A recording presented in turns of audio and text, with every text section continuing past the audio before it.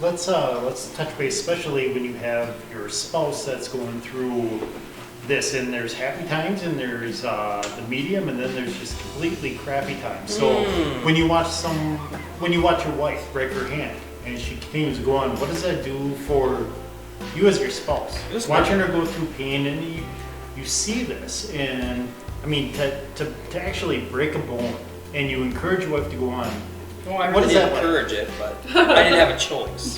So when you don't have a choice, how do you handle that for someone that you love? What is that like? I knew, like she said, mentally she had a goal. And it's like, I'm not going to be the one to say no. She came in, I looked at her, and she says, I'm not done. She ran to you right away, got taped up, and I'm like, what do you need? Just a few seconds. So I just stood away, and we heard the countdown, and she left. And I'm like, okay, well, maybe next lap she'll come in, she'll tell me what she needed. A broken hand wasn't going to stop her, and that's when she finished. I knew when she was defeated, when she finally came in. The timer was late, and I could see the pain in her eyes, and I was like, okay, now it's, even if she would have made it in time, I knew she got her ultra in. I knew it's time to, you just know. I've been with her 18 years, so it's like I know the fine line of, okay, we gotta back it up a little bit, but yeah. I really like the backyard style because we had like a specific, like, okay, I know about how many calories you need to have in this hour. I know about how many ounces of water you need in this hour. Like, it made it so it was really easy to figure out, like, this is what he needs in this hour. It's 4 miles on repeat over and over. And it was just, everything was all set up there. It was all in the tarp, whatever we had set up there. That was a messy setup. But it made it really easy for me as your crew, first time ever having done this, that I felt like you were able to go further, partly because of that. Yeah, I would say having everything there ready when I was going to, like, food, nutrition, water, like anything, plus everything that you guys supplied, it was more than what I would have needed.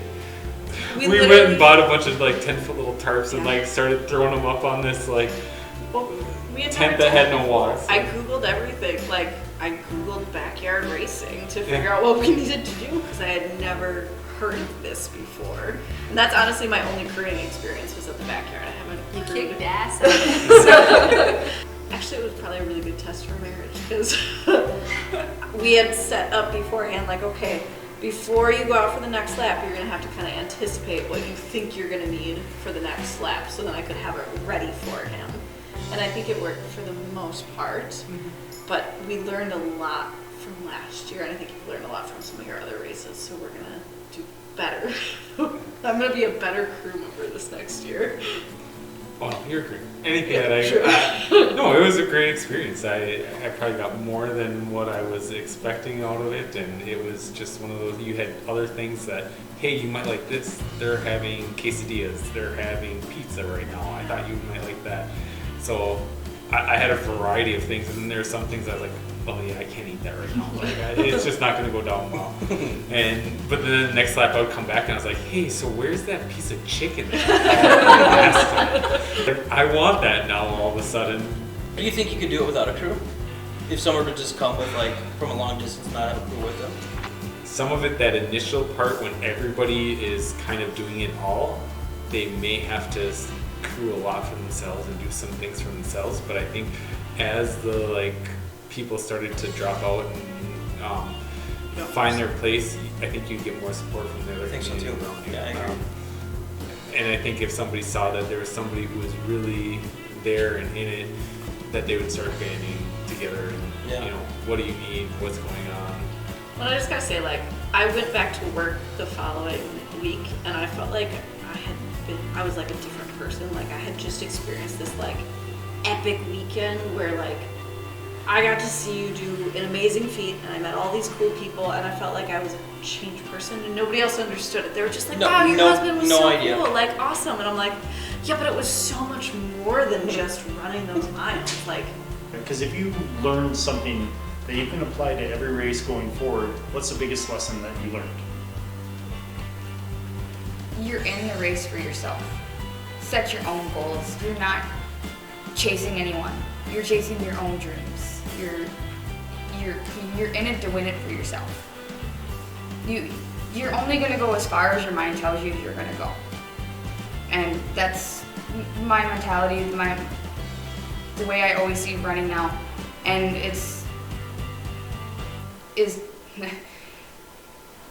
running is not about fitness. Running is not about how good a shape you're in, how fast your feet can carry you. It's how far your mind can carry you. Like, you're not gonna not show up. Like, you're gonna show up. And that's exactly it. And running has, I'll start crying. Running has saved my life. It's honestly that simple. The demons I have in my head are unbelievable. If it wasn't for the running community, some of the people that I have met, I think I can honestly say I would not be here. I have joined groups that have taught me that, being one with nature, getting out there. I was out there on the trail when things got really rough those last couple laps that I couldn't handle the pain. I'm out there, the people behind me probably thought I was losing it because I know I was talking to myself and I was talking out loud, and it was stop those demons, keep moving. There's no better therapy for me than running. That's why I don't quit. That's why I get that mile in every day. That's why I sign up for those races. That's why it's just like I sit there and I complain every day. That's just like I don't want to get off the couch. I don't want to keep moving, but I got to keep moving. If I don't keep moving every day, my body's going to shut down, my mind's going to shut down. I have a family to take care of. I have a husband I need to be there for. And if I don't keep moving, I won't be there for anybody. If I can't be there for myself, I can't be there for anyone else.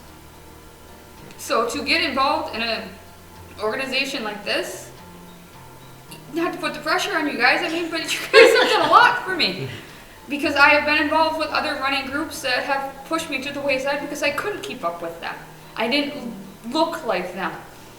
Just because I have a smaller build, they thought I could run these 6-7 minute miles. I'm sorry, I'm crawling a 12-minute mile, 14-minute mile. Right now, due to the way my body's behaving, I'm walking a 17-minute mile. That's all I can do. But I'm not judged here.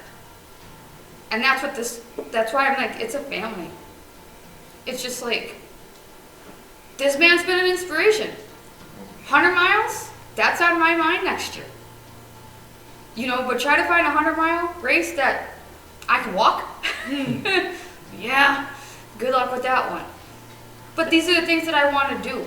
And it's just like, I know I can do them because I have the mental strength to do them. Now I need to get my body into that position. And that's where you have to start. It's just like, whether you're 100 pounds or you're 500 pounds, you can have the goal and you can accomplish it. I have the mental stability to do it. Just got to get my body there. We labeled every loop of the course with something that we could remember each loop by. We're gonna do it better this year. We're gonna have a poster board, but we did it on the side of a CIS box where I just wrote everything on there. And the last loop was just labeled death because that's literally what he felt like. And you came in that last time, and I could just tell that you were done. But I kicked myself every single minute since then because you shouldn't have had a do not start. You should have had a do not finish. And I know I could have pushed you to go, even just start that next loop. And that's gonna be in the tent for this year is there's no do not starts, there's only do not finishes. Because you were so done, but you could have started the next one. But you could have started the next one, yeah. I just think it's so crazy that we have somehow found a community of people who, oh yeah, I'll drop everything, I'll pace you for 50 miles, it's fine. It's fine, no biggie. That is the craziest thing in the world to me. Need a pacer for 5K. Yeah. We're there, you let me know. I see inspiration, she had her goals and it's she always has her doubts of, well, am I gonna do this, am I not gonna do this? And then she broke her hand the second lap, and the push and the push, and she always says mental, everything's mental. And I think since that day, like, I can't crew for her because she does everything herself. Like, I had everything else there, and it just, she never sat down, she never did this, so it's like I was just kind of there, and I set up the tent maybe. So, but yeah, the push and the mental was, I think, the biggest thing that I got from it. Like, it was just, wow, the whole thing was just. And in turn, since then, it changed, it gave you a big boost. It did. Leading into this year and Yep. goals you have for yourself. I do. Watching that, right? Yeah, I mean, they're my goals, so it's, yeah, working on it daily, trying to be daily on it, and see where it comes. And for me, I think like it was the coolest thing to find or to see you find your thing. Like, we hadn't quite reached it. Like, we knew that you could run and you were a good manager and you were a good nurse. You were good with your family. We have beautiful children, but it wasn't your thing. And when we were at the WausaUltra, like, it was like, this is his thing. Like, this is his thing. This is what he's going to do. And then to see you grow through that whole weekend, and then to get that, like, to see you, like, stand up proud and accept that inspiration award, because you never have thought of yourself as an inspiration, even still now. You don't. I know you don't. But to see you, like, stand up tall and accept that, like, that was the coolest thing in the world to me. To see you, like, find your thing and maybe just a little bit see, like, how much of an effect you've had. Because I keep telling you this, people don't do this. People don't lose 100 pounds and go from not running to being able to run 100 miles. They just don't do this. And the fact that you not only have done that, but you continue to crush it, like, that was the coolest thing. And that weekend was, like, where it clicked, like, this is his thing. How cool is it to have two people sitting by each other who have very similar stories? Losing the weight and finding a whole different lifestyle and setting a new example within the family. You know, that's, and to keep it going on. Now it is a lifestyle. It's not the fad that you spoke about earlier. We take our kids everywhere now. They hike. Delilah was, I don't know what she, is it parkour? Where you, like, jump from rock, like, she literally Parkour. would, yeah. She was hardcore parkouring on the rocks, on the snow. She'd do, like, a little magic mic, like, dip to, like, the snow, like, they're constant now. And that's. Where's she learning that stuff? Yeah. He won't admit it, but it's him. Yeah, it's cool that our anniversary, we're actually planning a race. That's awesome. It's our anniversary. Yeah. Like, so we're homebodies for the most part until, so it's nice to. Well, it's funny because we've got our 10-year coming up, and before it was always like, oh, I want to do an all-inclusive, just resort and just sit and drink. And then over the last year it shifted to, let's find a really cool race to do, and let's go hiking and, like, find cool sights and mountains to go see. And it really shifted to, I don't want to just sit on the beach and drink. I mean, a little, but I also want to do all the other stuff too.